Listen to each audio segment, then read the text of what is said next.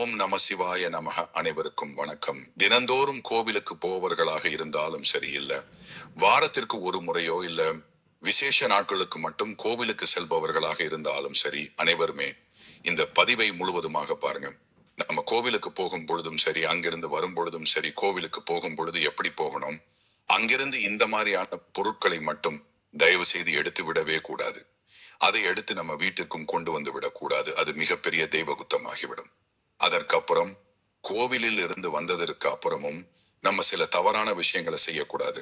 இப்படி பல தகவல்களை நம்ம கோவிலுக்கு போறதிலிருந்து அங்கிருந்து கொண்டு வருகின்ற பொருட்கள், அதற்கப்புறம் வீட்டுக்கு வந்ததுக்கு அப்புறம் இப்படி அனைத்து விதமான விஷயங்களையும் நம்ம சரியாக செய்யும் பொழுதுதான் அந்த கோவிலுக்கு போன பலனே நமக்கு கிடைக்கும்.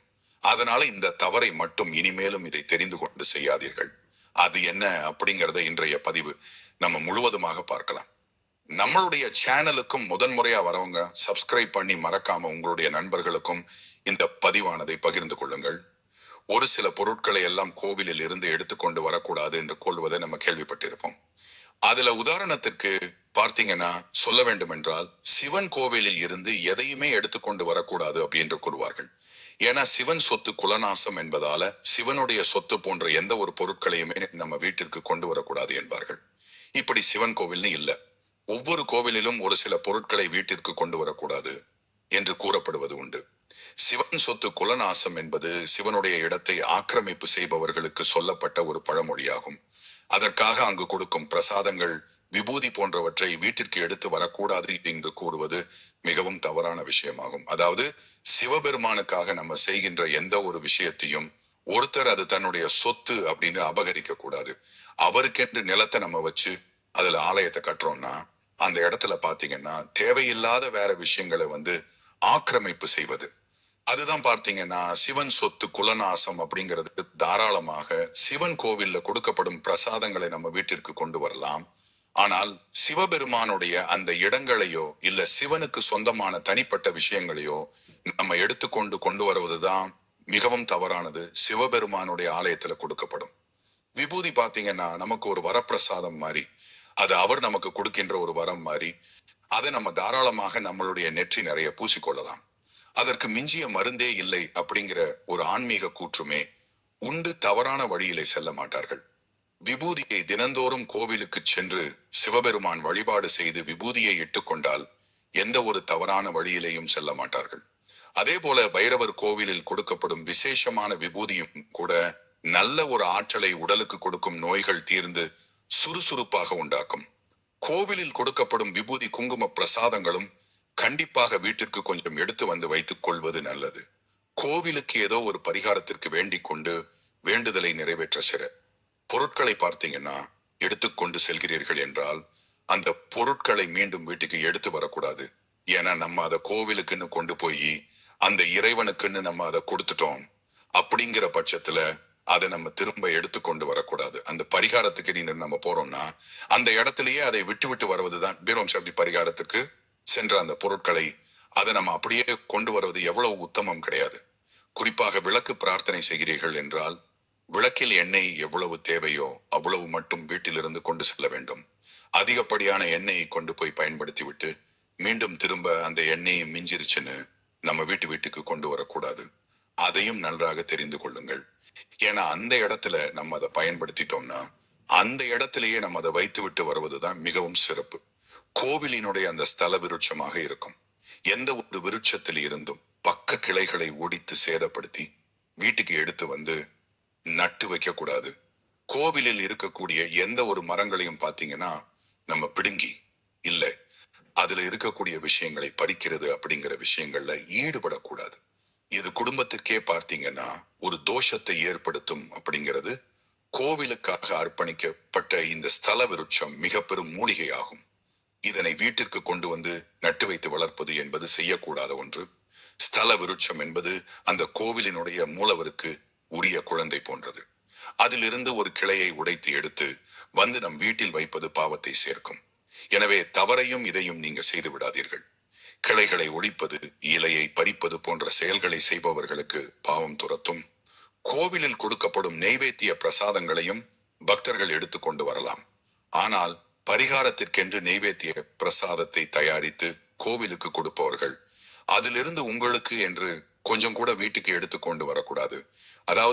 கோவிலுக்கு கொடுத்த விஷயங்களை எதையுமே வீட்டுல அது மிஞ்சிருச்சுன்னு எடுத்துட்டு வரக்கூடாது. கோவில்ல பிரசாதமா கொடுக்கறத நம்ம எடுத்துட்டு வரலாம். யாரோ கொடுக்கறாங்க, நம்ம எடுத்துட்டு வந்து சாப்பிடுறோம், அது பிரச்சனை கிடையாது.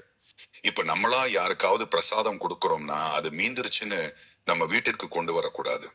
அதை முழுவதுமாக அங்க உள்ளவர்களிடையே பிரித்து கொடுத்து விட்டு தான் வர வேண்டும். இல்லைன்னா நீங்களுமே குடும்பத்தோட போய் அங்கேயே சாப்பிட்டு விட்டு வந்து விடுவது மிகவும் அதை விட்டுட்டு பாத்தீங்கன்னா நம்ம வீட்டுக்கு கொண்டு வந்து நாளைக்கு சாப்பிட்டுக்கலாம் அப்படின்னு வைத்துக் கொள்வது அவ்வளவு உத்தமம் கிடையாது. நீங்க வணங்குற இறைவனுக்கென்று அர்ப்பணிக்கப்பட்ட பொருட்களை வீட்டுக்கு கொண்டு வந்தால் அது ஒரு அவச குணம்தான். அது போல நவகிரகங்களுக்கு படைக்கப்படும் பிரத்யேகமான நெய்வேத்தியங்களையும் வீட்டிற்கு கொண்டு வரக்கூடாது. அங்கேயே அமர்ந்து சாப்பிட்டு விட்டு வரலாம். சனீஸ்வரருக்கு கொடுக்கப்படும் ஏல் சாதத்தை வீட்டிற்கு கொண்டு வந்து விட சாப்பிடக்கூடாது. முக்கியமா பாத்தீங்கன்னா சனி பகவானுக்கு இனி பகவானுடைய பிரசாதங்கள் இல்ல. சனி பகவான் அர்ச்சனை செய்து அங்க வழிபடுகின்ற எந்த ஒரு பொருட்களுமே பார்த்தீங்கன்னா நம்ம வீட்டிற்கு கொண்டு வரக்கூடாது. முடிஞ்ச அளவு சனி பகவானை நம்ம அங்கேயே கோவில்லையே வைத்து வழிபாடு செய்து விடுவதுதான் நல்லது. அவருடைய சம்பந்தப்பட்ட எந்த ஒரு விஷயத்தை நம்ம கொண்டு வந்தாலும் அதனால நமக்கு சனியின் தாக்கம் தான் அதிகமாகும். அதனால அதையும் நன்றாக தெரிந்து வைத்துக் கொள்வது மிகவும் நல்லது. எப்பொழுது கோவிலுக்கு போனாலும் சரி, சனி பகவானை வழிபாடு செஞ்சீங்கன்னா கருப்பு, அந்த கருப்பு நிறம் கலந்த அந்த உடைகளை எப்பொழுதுமே அணிந்து கொள்ளாதீர்கள். அதுவும் அவ்வளவு உத்தமம் கிடையாது. இது பூரா பாத்தீங்கன்னா நம்ம கோவில்ல இருந்து எடுத்து வரக்கூடாத பொருட்கள் அப்படிங்கிறது இப்போ உங்களுக்கே தெரிஞ்சிருக்கும். சில பொருட்களை பாத்தீங்கன்னா நீங்க கோவில்ல இருந்து எடுத்துட்டு வந்திருப்பீங்க. அந்த இறைவனுக்கு சம்பந்தப்பட்ட பொருட்கள் எடுத்து வந்ததுக்கு அப்புறம் உங்க வீட்டுல பலவாறான பிரச்சனைகள் ஏற்பட்டு இருக்கும். அதனால அதையும் நல்லா தெரிந்து வைத்துக் கொள்ளுங்கள். எந்த ஒரு பொருளும் ஒரு கோவில்ல இருக்குது, அதை நம்ம எடுத்துட்டு வந்து வீட்டுல நம்ம வச்சுக்கலாம் அப்படின்னு ஆசைப்படுறீங்கன்னா உங்களுக்கு அடுத்த நிமிஷமே அது உங்களுடைய நிம்மதியை சீர்குலைத்து விடும். தூக்கம் வராது. ஏதோ ஒரு விதமான தாக்கம் நமக்கு ஏற்பட்டு கொண்டே இருக்கும். அதனால கட்டாயம் இந்த தவறுகளை ஒருபோதுமே செய்து விடாதீர்கள். அதே போல பாத்தீங்கன்னா இப்ப நீங்க வீட்டுல இருந்து கோவிலுக்கு கிளம்புறீங்கனாலே வீட்டுல அந்த முழு பக்தி வந்துடணும். அதாவது இப்ப நெடுந்தூரம் பயணம் கூட சில பேர் போவாங்க. இங்க இருந்து நிறைய தூரம் வேன்ல கூட போய் சாமியை கும்பிடுவாங்க. அப்படி நம்ம சாமியை வணங்க போகும் பொழுது பாத்தீங்கன்னா எப்பயுமே இந்த சினிமா பாடல்கள், தவறான அந்த விஷயங்கள் இதெல்லாம் பாத்தீங்கன்னா நம்ம கேட்டுக்கொண்டு பார்த்து கொண்டு வரக்கூடாது. பக்தி மயமாக நம்ம போய் எந்த இறைவனை வழிபாடு செய்யறோமோ அந்த இறைவனுடைய அந்த திருநாமத்தை அந்த பஸ்ஸிலேயே நம்ம பாடிக்கொண்டு ஒலித்து கொண்டு இல்ல அவருடைய வரலாறை நம்ம படித்துக்கொண்டு அப்படியான விஷயங்களை பாராயணம் பண்ணிட்டு போறதுதான் ஒரு பக்தி. அதை விட்டுட்டு பாத்தீங்கன்னா தேவையில்லாத பாடல்கள் போட்டு இல்ல ஆடிக்கிட்டு நடனம் ஆடிக்கிட்டு போறது எந்த வகையிலும் உத்தமம் கிடையாது. இறையருளோடு நம்ம வழிபாடு செய்ய போறதுதான் நமக்கு நல்ல பலனை கொடுக்கும். அதை விட்டுட்டு ஏனோ தானோன்னு ஏதோ டூருக்கு போற மாதிரி நம்ம சாமி கும்பிட போகக்கூடாது. இந்த பக்தி பயபக்தி நம்ம மனசிற்குள்ள வந்து விடணும். அப்போதுதான் நமக்கு அது மேன்மையை உண்டாக்கும். வாழ்க்கையில நமக்கு நல்ல முன்னேற்றத்தை கொடுக்கும். இறையருளையும் மென்மேலும் பெருக்க செய்யும் அப்படிங்கிறது இதையும் நல்லா தெரிஞ்சுக்கோங்க. எப்பொழுது கோவிலுக்கு போகணும்னு நினைச்சாலும் உங்க வீட்டிலேயே நல்லா சாமி கும்பிட்டுட்டு இந்த இறைவனை பார்க்க போறீங்க. அவருடைய மந்திரத்தை வீட்டிலேயே நல்லா ஒலிக்க செய்து அவருடைய அந்த சிந்தனையை நம்ம மனதிற்குள்ள நினைத்து கொண்டே போகணும். அப்பதான் அங்க போன உடனே நமக்கு அந்த விழிப்புணர்வோட சாமி கும்பிடுவதற்கு தோணும். இங்கே பாத்தீங்கன்னா ஏனோ தானோன்னு ஒரு டென்ஷனோட இல்ல, ஏதோ ஒரு விஷயத்த நினைச்சுக்கிட்டு ஏதோ ஒரு கவலையை சிந்திச்சுக்கிட்டு அங்க கோவிலுக்கு போனோம்னா அங்க போய் சாமி கும்பிடுவதற்கான அந்த மனநிலை இருக்காது. போறோம், ஏதோ கூப்பிடுறாங்கன்னு போறோம், சாமியை கும்பிடுறோம், வந்துரும் அப்படிங்கிற ஒரு மனநிலை இருக்கும். அதனால எந்த ஒரு தவறையும் செய்து விடாதீர்கள். ஏன்னா கோவிலுக்கு செல்வதே நம்முடைய கஷ்டங்கள் தீரவும் மன நிம்மதி அடையவும் நம் வாழ்க்கையில அடுத்தடுத்து நல்லவைகள் நடக்க வேண்டும் என்று வேண்டிக் கொள்ளவும் தான். அப்படி கோவிலுக்கு செல்லும் போது கோவிலில் இருந்து திரும்பி நம் வீட்டிற்கு வரும் பொழுதும் சில வழிமுறைகளை பின்பற்ற வேண்டும் என்று நம்முடைய சாஸ்திரங்கள் கூறுகிறது. இதற்கு முன்னாடி கோவிலுக்கு போறதுக்கு முன்னாடி என்ன செய்யணும்னு பார்த்தோம். அதுக்கப்புறம் கோவில்ல இருந்து சாமியை விட்டுட்டு வீட்டுக்கு வரும் பொழுது என்ன செய்யணும் அப்படிங்கிறதையும் தெரிந்து கொள்ளுங்கள். பெரும்பாலானவர்கள் கோவிலுக்கு செல்வது ஒரு கடமையாகவும் அன்றைய தினம் கோவிலுக்கு செல்ல வேண்டும் என்பதற்காகவும் செல்வார்களாக இருப்பாங்க. அதாவது இன்னைக்கு செவ்வாய்க்கிழமை முருகன் கோவிலுக்கு போகணும், போயிட்டு வந்தாச்சுப்பா அப்படிங்கிற மாதிரி இருக்கக்கூடாது. கோவிலுக்கு சென்று வந்த பிறகு செய்யக்கூடாதவைகள்ல ஒரு ஃபர்ஸ்ட் விஷயம், முக்கியமான ஒரு விஷயம்னு பாத்தீங்கன்னா வீட்டிற்கு வந்த உடனே கை கால் முகம் அலம்பி சுத்தம் செய்வது. பொதுவாக நம்ம வெளியில போனா இப்படி செய்வோம். ஆனா கோவிலுக்கு போயிட்டு வந்தா உடனே பாத்தீங்கன்னா கை கால் முகங்களை அலசுவது அவ்வளவு உசிதமானது கிடையாது.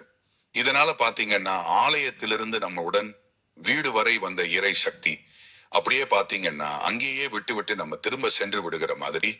ஏன்னா நம்ம கோவில் நம்ம வெளியே எங்க வேணாலும் நம்ம போகலாம். ஆனா கோவிலுக்குள்ள போறோம்னா அந்த இடத்துல பூரா பாசிட்டிவ் எனர்ஜி தான் அதிகமா இருக்கும்.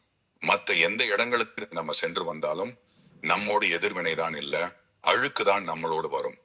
ஆனால் கோவிலுக்கு சென்று வந்தால் மட்டும்தான் நேர்மறை ஆற்றல் நம்மளோடு கூடிய வரும்.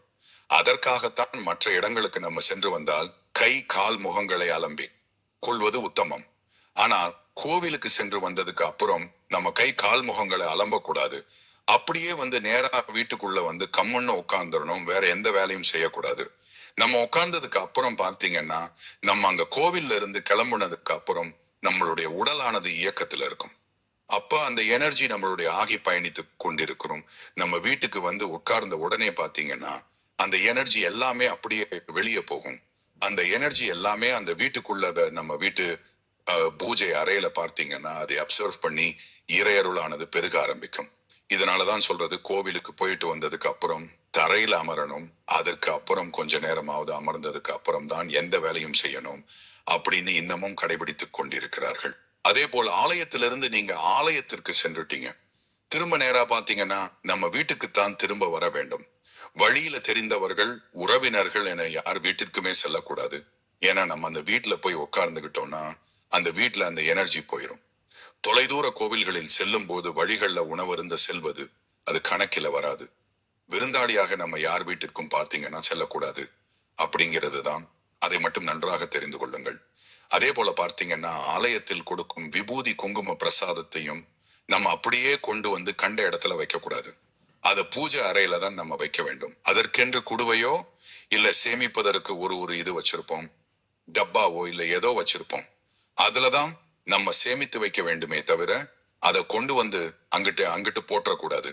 விபூதி குங்குமத்தை நம்ம மடித்து கொண்டு வந்திருக்கும் பேப்பர்ல இருந்து எடுத்து மாற்றி வைத்து விட வேண்டும்.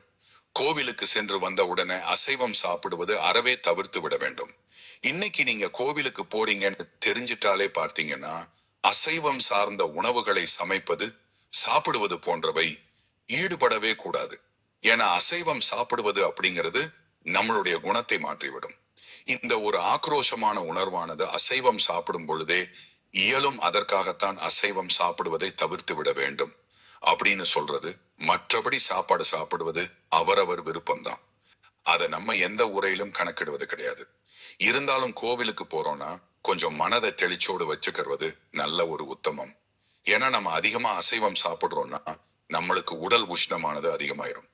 தேவையில்லாம பாத்தீங்கன்னா நம்மளுக்கு உபாதைகள் ஏற்படும். நம்ம கோவில்ல சாமியை நல்லபடியா கும்பிட முடியாது. அது மட்டும் இல்லாம மனம் ஒரு சஞ்சலமாகவே இருக்கும். அதனால சுத்தபத்தமாக குளித்து முடித்து விட்டு நம்ம சென்று இறைவனை தரிசிப்பதுதான் சிறப்பு. ஒருவேளை சாப்பிட வேண்டிய சூழ்நிலை வந்தாலும் சிறிது நேரம் கழித்து சாப்பிடுவது நல்லது. எப்போது கோவிலுக்கு போயிட்டு வந்தாலும் சரி, சில போன் யூஸ் பண்றது இல்ல, டிவியை போட்டு பார்த்து கொண்டிருப்பது, படுத்துக்கிட்டு அப்படிங்கிற விஷயங்கள்ல ஈடுபடாதீங்க. நேரா பூஜை ரூமுக்கு போங்க. அந்த இடத்துல கொஞ்ச நேரம் அமர்ந்து உட்காருங்க. இறைவனுடைய நாமத்தை ஒழிக்க செய்யுங்க. இல்ல அவரை பற்றி இந்த சிந்தையை ஒரு 10 நிமிஷம் நினைத்துட்டு அடுத்த கட்டம் என்ன வேணாலும் செய்யுங்க. அதை தவிர்த்து கோவிலுக்கு வந்துட்டோம் அப்படின்னுட்டு வந்த உடனே பாத்தீங்கன்னா படுத்து விடக்கூடாது. கொஞ்ச நேரம் இறைவனை நினைத்து தியானி அந்த இறையாற்றலை நம்ம நினைக்கும் போதுதான் அதற்கு உண்டான பலன் கிடைக்கும். நீங்க இந்த விஷயத்தை தொடர்ந்து கடைபிடித்து கொண்டு வந்தாலே உங்களுக்கு பலவிதமான மாற்றங்கள் எழும் அப்படிங்கிறது தான். கோவிலுக்கு ஃப்ரெண்ட்ஸ் போகும் பொழுது அந்த இறைவனை முழுவதுமாக பாடி துதித்து அந்த பாராயணங்களை மந்திர ஜபங்களை பாராயணம் செய்து விட்டு போங்க. அங்கிருந்து எந்த விதமான கோவில் சம்பந்தப்பட்ட பொருட்களை எடுத்து வராதீங்க. பிரசாதமாக கொடுக்கப்பட்ட விதத்தை மட்டுமே எடுத்து கொண்டு வாருங்க. நீங்க பரிகாரத்திற்கு யூஸ் பண்ண பொருட்களை எடுத்து கொண்டு வராதீர்கள். மேலும் கோவில்ல இருந்து வந்ததுக்கு அப்புறம் கை கால்களை கழுவாம வீட்டிற்குள்ள அமர்ந்து கொஞ்ச நேரம் இறைவனை பற்றி சிந்தித்து அதற்கப்புறம் உங்களுடைய அன்றாட பணிகளை நீங்க செய்ய செல்வது சிறப்பான விஷயம். இப்படி இறைவனுக்காக நீங்க ஒதுக்குகின்ற கொஞ்ச நேரங்கள் உங்க வாழ்க்கையில மிகப்பெரிய மாற்றத்தை ஏற்படுத்தும் அப்படிங்கிறது தான் இந்த கொஞ்ச நேரத்தை நீங்க முழு நம்பிக்கையோட பயபக்தியோடு செய்தாலே நல்ல விதமான மாற்றங்கள் இதுக்கு முன்னாடி இருந்த சூழலை விட இப்ப நல்லா தெரியும் அப்படிங்கிறது ஒரு நிதர்சனமான உண்மை. அதனால அனைவரும் இந்த விஷயத்தை தவறாமல் செய்து பாருங்கள். நல்லதே நடக்கும் அப்படிங்கிறது தான் நிதர்சனமான உண்மை. இந்த தகவல் உங்களுக்கு பிடிச்சிருந்ததுன்னா இந்த வீடியோக்கு ஒரு லைக் பண்ணிட்டு மறக்காம நம்மளுடைய தமிழ் கடவுள் முருகன் சேனலையும் சப்ஸ்கிரைப் பண்ணி இந்த வீடியோவை உங்களுடைய நண்பர்களுக்கும் பகிர்ந்து கொள்ளுங்கள். அனைவரும் என்றும் இறையருள் பெற்று நலமுடன் வாழ வேண்டும். நன்றி, வணக்கம். ஓம் நம சிவாய நமக.